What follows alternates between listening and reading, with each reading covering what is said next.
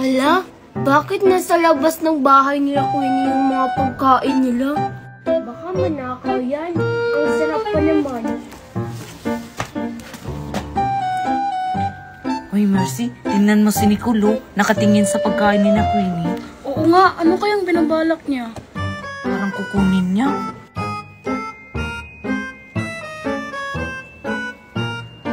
Para atang walang tao. Tingnan ko nga sa loob kung may tao ba. Wala. Uy Joshua, parang kukunin na ni Nicole yung pagkain ni na Queenie. Oo nga, anong gagawin natin? Tawagin mo. Sige. Nicole! Ano yon? Ano yung ginagawa mo? Wala. Tinitingnan ko lang yung mga pagkain nila Queenie. May langaw kasi. Tinitignan, parang kukunin na eh. Lagot ka talaga pag nakita ka ni Queenie. Oo nga Nicole, umalis ka na lang dyan, baka maabutan ka pa. Walang tao dito, no? Parang umalis ata si Queenie. Parang may tao ata sa labas ng tindahan namin, baka may bibili.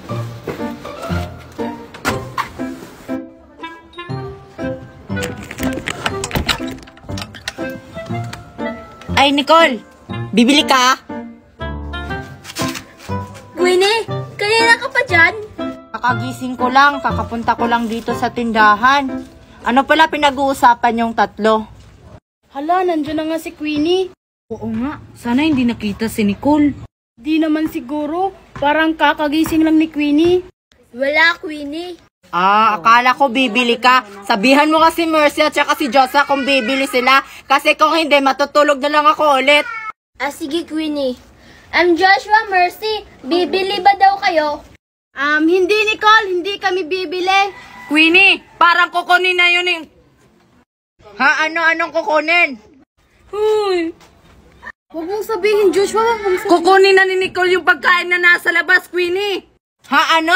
Totoo ba yun, Nicole? Bakit niyo sinabi? Hindi ko naman kukunin yung mga pagkain niyo, Queenie. Hindi naman yan masarap. Kinuha nga.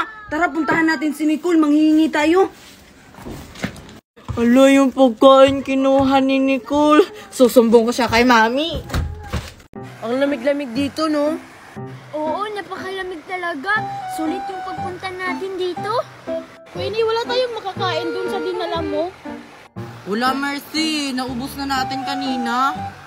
Mas maganda talaga, Queenie, pag may kinakain tayo habang nakababad dito sa tubig. Oo nga, kaso Nicole, ubos na yung mga dala natin mga pagkain kanina. Ang takaw-takaw nyo kasing kumain. Malamang Queenie, gutom na kasi kami. Kaya inubos namin yung pagkain. Dapat man lang nagtira kayo kahit konti. So ngayon may kinakain na tayo dito habang nakababad tayo dito sa malamig na tubig. Sana may mahulog na prutas galing sa langit. Oo nga, mag-pray ka Marian, mag-pray ka. Sige, Mercy. Sana Lord may mahulog na prutas dito. Hala, ano to? Hala, may prutas! Hala, dininig ng Panginoon yung panalangin mo, Marian. May prutas, oh. Uy, anong prutas yan? Para siyang papaya. Papaya nga, Mercy. Favorite ko pa naman yung prutas na to. Sige, Marian, buksan mo na yan. Marian, buksan mo na para makain na natin yan. Sige, buksan ko. Ang hirap. Gamitan mo kasi ng matulis na bagay. Di natin mabubuksan yan kapag kamay lang. Oo nga, di nag-iisip. Di naman mabubuksan gamit yung kamay. Dapat matulis na bagay. Aabutin pa tayo ng siyam-siyam bago yan mabuksan. Wala tayong dinalang matulis na bagay eh. Kagatin mo na lang, Marian, kasi matulis naman yung ngipin mo. Total, grain din naman yan. Oo nga, no.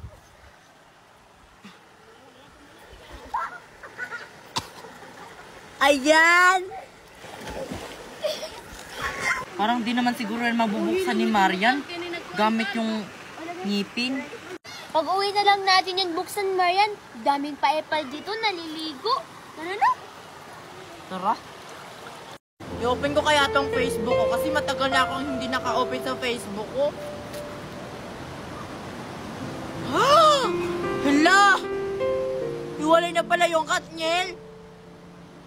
Ano, bakit sila naghiwalay? Wala, kailangan itong malaman ni Joshua at saka kay Mercy na hiwalay na yung idol namin. Mercy, maligo tayo ng ilog. Tatara! Mercy at saka Joshua, magugulat kayo sa ibabalita ko sa inyo. Bakit, Queenie? Anong ibabalita mo? Hindi kayo makapaniwala sa ibabalita ko. Ano ba kasi yon? Dalian mo na. Maliligo na kami ng ilog. Yung idol natin na Katniel. Bakit? Ano ba kasi nangyari sa kanila? Oo nga, Queenie. Sabihin mo na. Dali, maliligo pa kami ng ilog. Hiwalay na sila. Ha, ano? Hiwalay na yung idol natin? Mercy, yung idol natin, hiwalay na. Ano? Hindi pwede to. Totoo ba yun? Nabalitaan mo, Queenie? Oo, kaka-open ko lang ng Facebook ko, tapos pagtingin ko, ang dami ng post. Hiwalay na daw sila. Bakit? Hindi pwede to. Idol ko pa naman sila 11 years.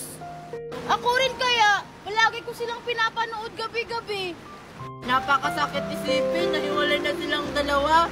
Napakasakit sa akin kasi idol ko rin sila. Palagi ako nanonood sa mga palabas nila gabi-gabi. Tapos mababalitaan ko, hiwalay na yung mga idol ko. Cheer up sa atin, Queenie. Okay lang yan. Kasi palagi naman natin silang mapapanood sa mga pelikula kahit hiwalay na sila. Oo, Queenie. Oo nga, palagi naman natin silang mapapanood kahit hiwalay na silang dalawa. Tita, punta mo na ako sa likod ng bahay niyo ha. May titingnan lang ako. Ano ba pinunta ko dito sa likod ng bahay nila, tita? Wala naman akong gagawin dito. Ay, alam ko na. Magpapakain muna ako sa mga aso nila. Lakasan ko to, princess ha? Wag, Bella. Baka mahulog ko dito sa duyan. Hindi, hihinaan ko naman, princess. Hinaan mo lang, ha? Sige.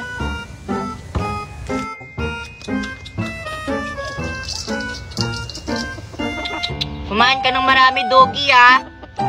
Kasi ako magpapakain sa'yo ngayon kasi wala yung tito ko.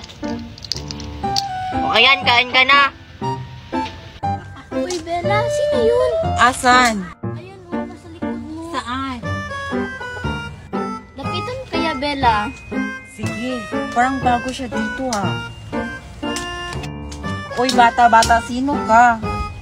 Hello pa! Sino ka? Parang bago ka lang dito, ha? Ngayon lang kita nakikita dito. Sino ka ba?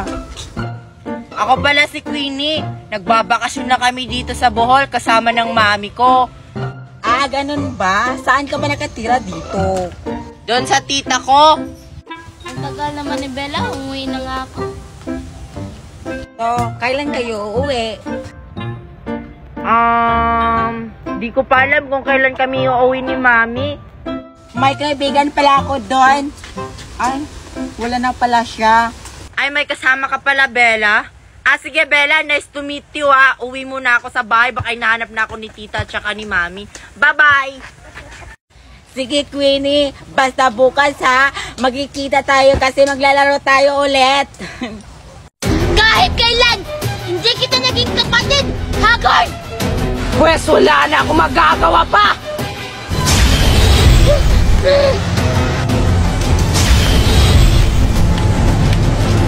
Uy, Marian! Itago mo na yan! Baka makita yan ni Hagard! Anong gagawin natin, Mercy? Dapat nandito si Queenie para tulungan natin yung bagong dumating. Ewan ko kung asan si Queenie. Pinaglaruan niya kasi yung brilyante. Di ko alam kung saan siya pumunta.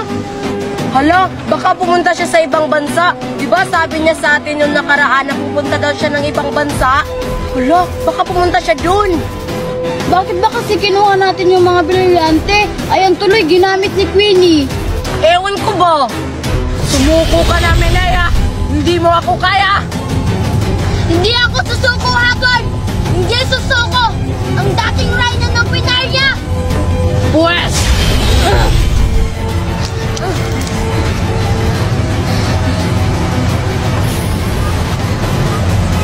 Menea, huwag mo akong takasan! Parang may nakamasid sa akin! Lumabas ka! Huwag mo akong taguan! Hala, Mercy, parang napansin tayo ni Hagorn. Magtago tayo.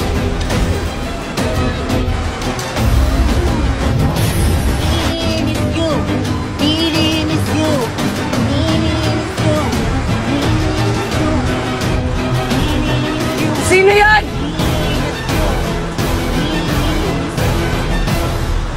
Bata, isa ka pa sa nakakuha ng brilyante! Time. Ano po yung brilyante, kuya? Di ko po alam yan. Huwag ka nang magsinungaling! Alam kong nasa sa'yo yung brilyante, kaya ibigay mo na sa akin! Kung hindi, Hindi ko po alam yung brilyante po, kuya. Wala nga po akong kapangyarihan eh. Kung saan sana po ako napadpad, di ko na po alam kung paano makauwi sa amin. nasa iyo ang brilyante ng hangin. Dinadala ka nito kahit saan. Ganun po ba, kuya? Kaya pala, kung saan ako napadpad, di ko na alam kung paano makabalik. Ito siya, oh. Ayan po, oh. Iha, ibigay mo na yan sa akin. Hindi po kita kilala, kuya. Hindi ko po ito ibibigay sa inyo yung kaibigan ko. Sige po, aalis na po ako. Minamalas na naman. Teka, may naaamoy pa akong isang brilyante.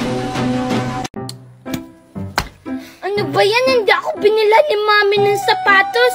Paano na ako ngayon? Wala na akong isusuot na sapatos sa school. Ay, alam ko na. Saan kaya pupunta si Nicole? Parang kukunin niya yung sapatos, Oy, Marian, Joshua, may sapatos na kayong gagamitin sa school? Meron na ako. Binilan ako ni Mami kahapon. Ako meron na, kaso pinatuyo ko pa doon. Sina Queenie kaya? Meron na kaya? Si Queenie, meron na ata yun. Kasi nakita ko siya sa mall. Kasama pa nga niya yung Mami at Daddy niya. Ang daming sapatos, tapos ang ganda-ganda pa. Ano kayang gagawin ni Nicole sa mga sapatos ni na Joshua? Parang kukunin niya. Papanoorin ko muna siya. Titingin muna ako kung may nakakita ba sa akin. Ay, parang wala. Alin kaya ang kukunin ko dito? Ito na lang, baka bagay to sa akin. Ay, ayun, kinuha na nga ni Nicole. Hoy, Nicole, saan mo yan dadalhin yung sapatos? Queenie? Nanakawin mo yung sapatos ni Joshua, no? Patay ka talaga, Nicole. Queenie, huwag kang maingay. Wala kasi ako sapatos, hindi ako binila ni Mami. Yun lang, di ka binilhan ng mami mo ng sapatos. Alam mo ba, Nicole, masama yung ginagawa mo? Wala na kasi akong ibang paraan eh. Wala akong masusuot bukas. Lagot ka talaga, Nicole. Kinuha mo yung sapatos ni Joshua. Huwag mo akong isumbong, Queenie, please. Maawa ka sa akin. Sige na nga, hindi na nga kita isusumbong kay Joshua. Pero, isauli mo yung sapatos. Pero wala akong masusuot pag isusuli ko to. May masusuot ka bukas, Nicole. Huwag kang mag-alala. Wala nga akong sapatos, Queenie. Meron, Nicole. Kasi bibigyan na lang kita ng 2 sapatos. Total, may sapatos naman ako dun sa bahay. Madami yon. Sige na, isauli mo na yan. Talaga ba, Queenie? Sige, sasauli ko na to. I'm a Barbie girl in a Barbie world. Like in plastic, it's fantastic. Uy, ano yung mga bag nyo? Ang lalaki naman. Anong mga laman? Di namin ipapakita yung mga laman ng bag namin. Baka maiinggit ka lang, Queenie. Kasi ikaw, wala kang bag. Bakit naman ako maiinggit kahit wala akong bag? Di ako maiinggit ng mga bag nyo, no, kung anong mga laman. Ang malaga, may Barbie akong case. Ganda. Guys, i-reveal natin kung anong mga laman ng bag natin. Sige, para mainggit si Queenie kasi wala siyang bag. Si Queenie, walang bag. May bag kaya ako. Naiwan lang sa room. Bakit mo naman iniwan yung bag mo sa school, Queenie? Dapat dinala mo. Tara na, sino mag-una mag-reveal? Sige na, mag-reveal na kayo ng mga bag nyo kung anong mga laman yan. Ang lalaki pa naman. Sige, ako una mag-reveal. Sige, huhulaan ko ano laman ng bag mo. Hindi mo mahuhulaan, Mercy. Alam ko ano laman ng bag mo, mga chocolate. Kasi naaamoy ko yung chocolate dito. Hindi chocolate, no? Tignan mo.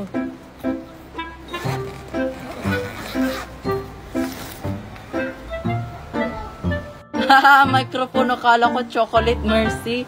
Sige, ikaw naman, Joshua, mag-reveal kung anong laman yan. Gusto niyo makita? Sige, ito na. Yan lang ba? Meron pa.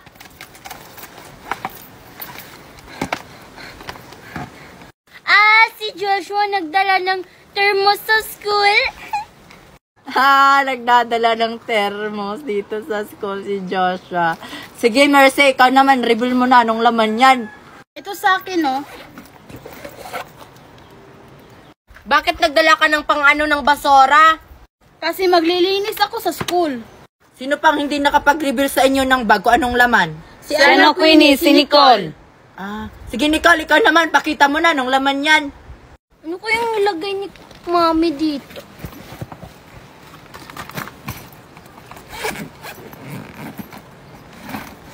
Helmet?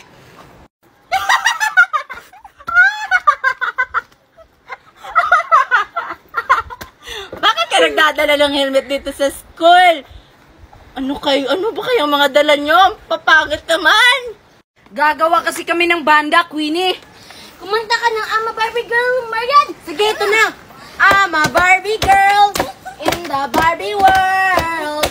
Life in plastic is fantastic. You can brush my hair and dress me everywhere. Imagination, life is your creation. Parang mga sira. Babalik na nga ako sa room.